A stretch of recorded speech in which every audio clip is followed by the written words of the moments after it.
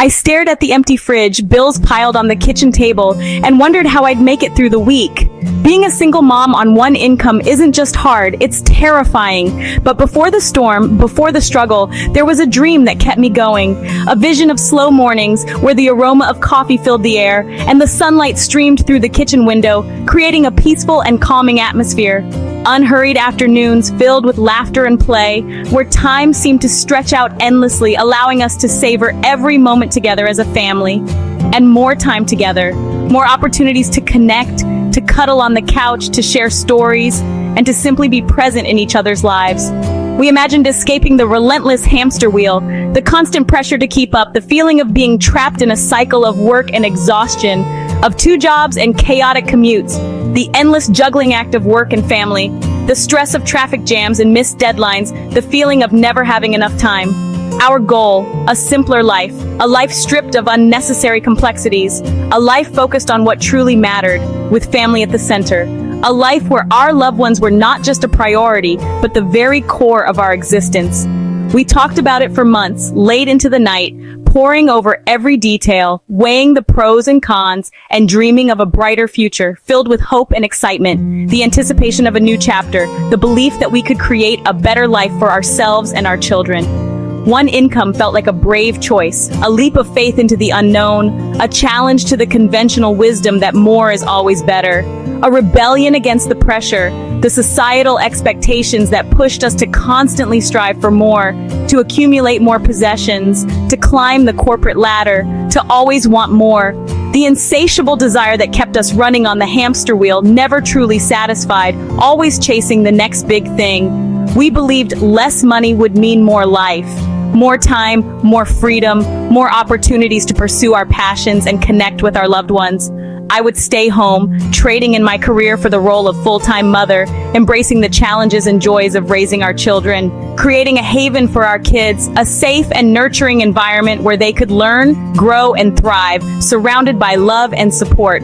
I pictured baking bread, filling our home with the warm and comforting aroma of homemade goodness, tending a garden, nurturing life from the soil, and teaching our children the importance of sustainability and connection to nature, and investing in our children's childhoods, being present for every milestone, every scraped knee, every bedtime story, creating memories that would last a lifetime. The first weeks felt like a vacation, a welcome respite from the demands of our previous lives. Long walks, exploring our neighborhood, discovering hidden gems, and enjoying the simple pleasure of being together in nature. Living room picnics, creating fun and memorable experiences without leaving the comfort of our home. A gentle rhythm replacing the frantic pace. A sense of calm and order replacing the chaos and stress of our former lives. We were living the dream, experiencing the joy and fulfillment we had so long desired, proud and certain we'd made the right choice, confident in our decision to prioritize family and create a life that aligned with our values. For a moment, suspended in time, everything felt perfect. It was everything we imagined, the realization of our hopes and dreams, the culmination of months of planning and anticipation. But we didn't see the cliff ahead, the challenges and obstacles that lay hidden beneath the surface of our idyllic dream. The lightness faded, the initial euphoria began to wear off, and the realities of our new life started to sink in. As reality crept in, the financial pressures, the social isolation, the unexpected challenges of raising children full-time, the dream so vivid and bright, the vision that had guided us, the hope that had sustained us, began to blur at the edges. The perfect picture we had painted in our minds started to fade, revealing the imperfections and complexities of real life. We thought love and intention would fill every gap, that our commitment to each other and our children would be enough to overcome any obstacle. We were ready to leap, willing to take the risk, confident that we could handle whatever came our way, convinced we'd land softly, believing that our love and determination would cushion the fall, that we would emerge stronger and more resilient. The decision was made, the course was set, and there was no turning back. And for a while, it felt right. A sense of peace and contentment settled over us, a feeling that we were finally living in alignment with our values. We were choosing memories over materials, prioritizing experiences over possessions, investing in moments that would last a lifetime, presence over presence, being fully present in our children's lives, giving them our undivided attention, and cherishing every moment together. Our plan seemed perfect, meticulously crafted, designed to create the life we had always dreamed of. The first few weeks were blissful, a honeymoon period filled with joy, laughter, and a sense of accomplishment. We looked at each other with knowing smiles, sharing a secret understanding, a silent acknowledgement that we had found something truly special. This was the life we were meant to live, the path we were destined to follow, the fulfillment of our deepest desires. But we just didn't see what was coming. The storm clouds gathering on the horizon, the challenges that would test our resolve and shake our foundations. The dream was about to be tested, pushed to its limits, and ultimately transformed in ways we could never have imagined. The dream shattered quietly, like a delicate vase dropped on a cold, hard floor. The pieces scattered, reflecting a distorted image of what we thought our life would be. Then, all at once, the realization crashed down, a tidal wave of disappointment and fear washing over us. It was a brutal awakening. The first crack appeared at the grocery store, that fluorescent-lit battleground of needs versus means. Choosing between what my son wanted, his innocent desires, and what we could realistically afford, the stark reality of our situation. It was a constant calculation, a weighing of options that chipped away at my soul. Our careful budget, meticulously crafted and endlessly revised, didn't account for life's inevitable surprises. School fees, always looming, always higher than expected. Birthday gifts, the pressure to provide joy on a shoestring budget. Sudden growth spurts that rendered entire wardrobes obsolete overnight.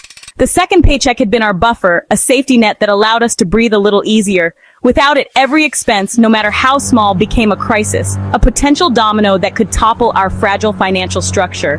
Financial anxiety became the background music of our lives, a constant hum of worry that permeated every thought and action. Arguments about money grew louder, more frequent, fueled by stress and desperation. Every purchase scrutinized, dissected, and often regretted. Teamwork crumbled under pressure.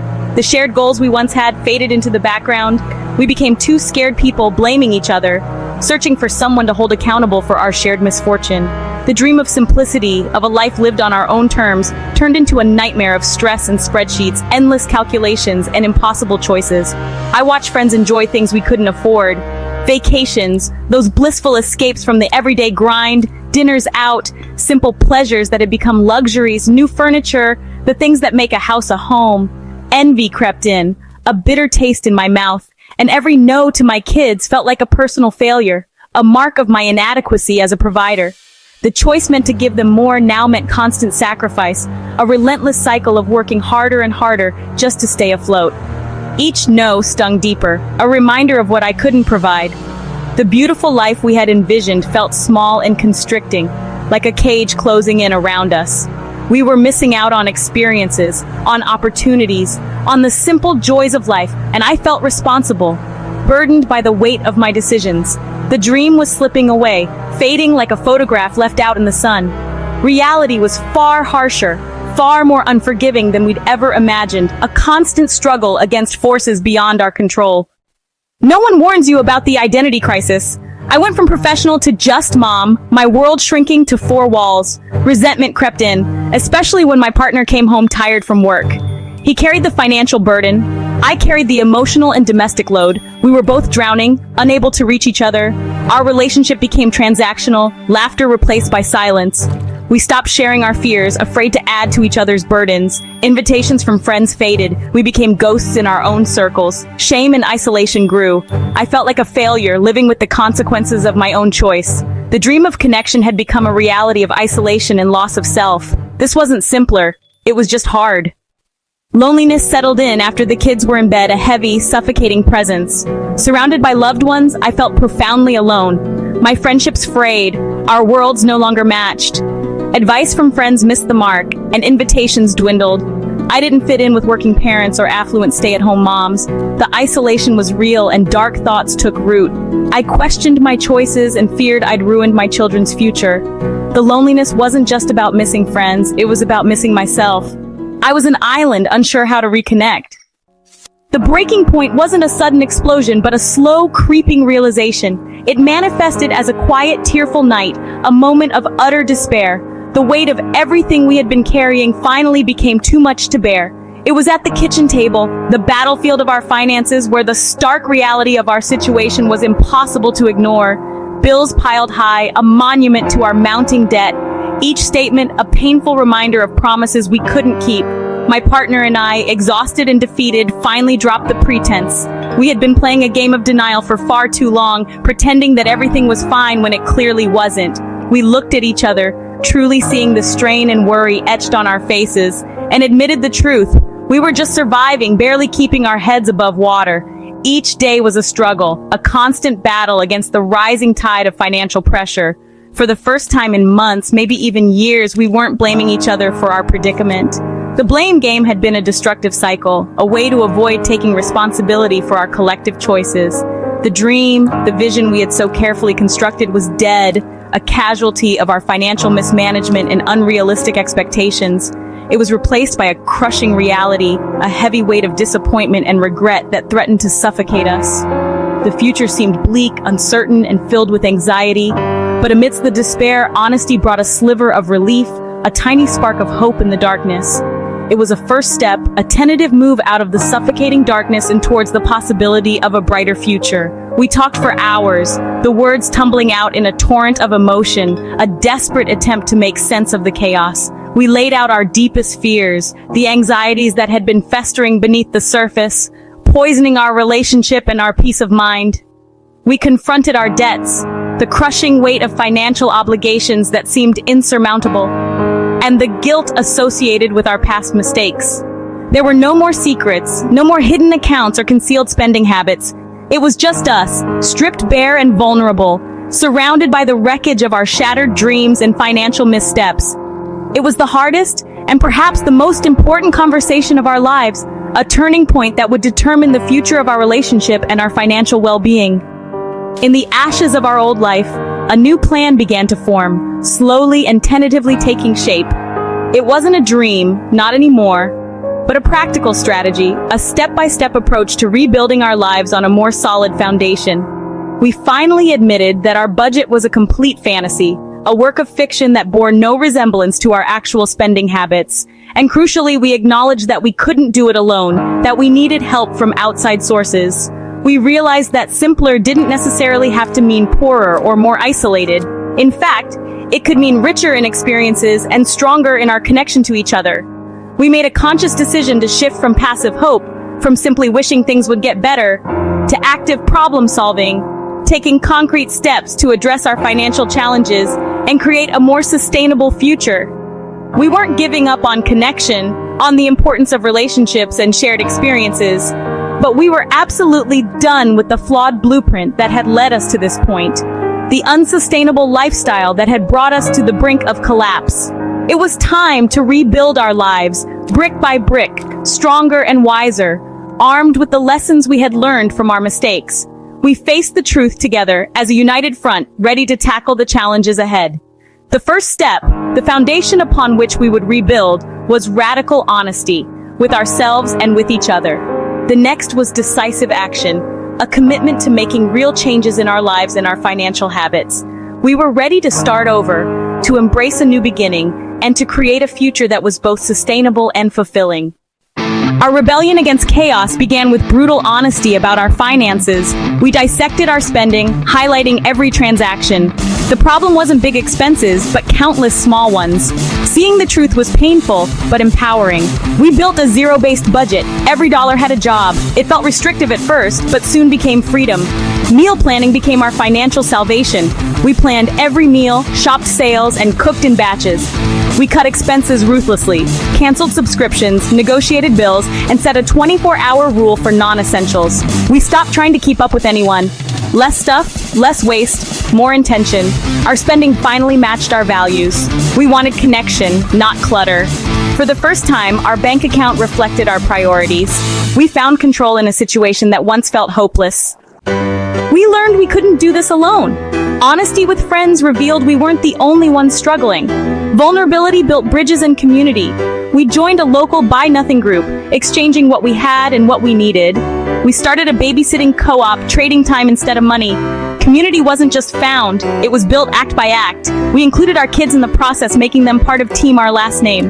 Family meetings made our goals clear, even to the youngest. We explained our choices and celebrated small wins together. Our kids became proud helpers, finding deals and saving energy. We were no longer just surviving, we were a team.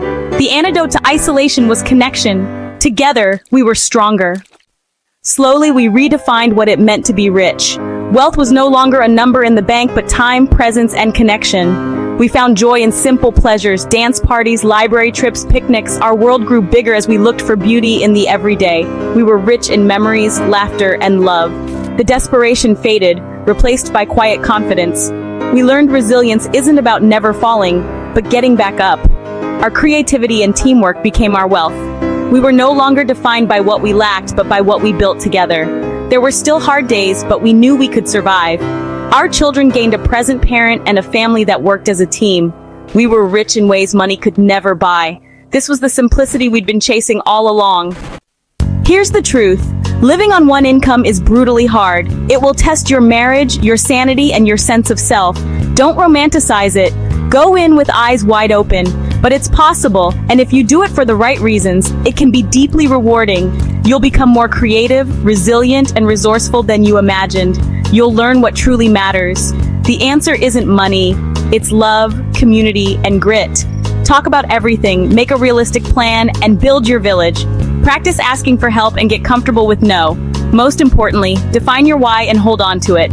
On the hard days, your why will keep you going. We're still on this journey. It's hard, but it's good. My children have a present mother and a family that works as a team. The dream we started with was flawed, but the reality we've built is strong. It's a brutal, beautiful life.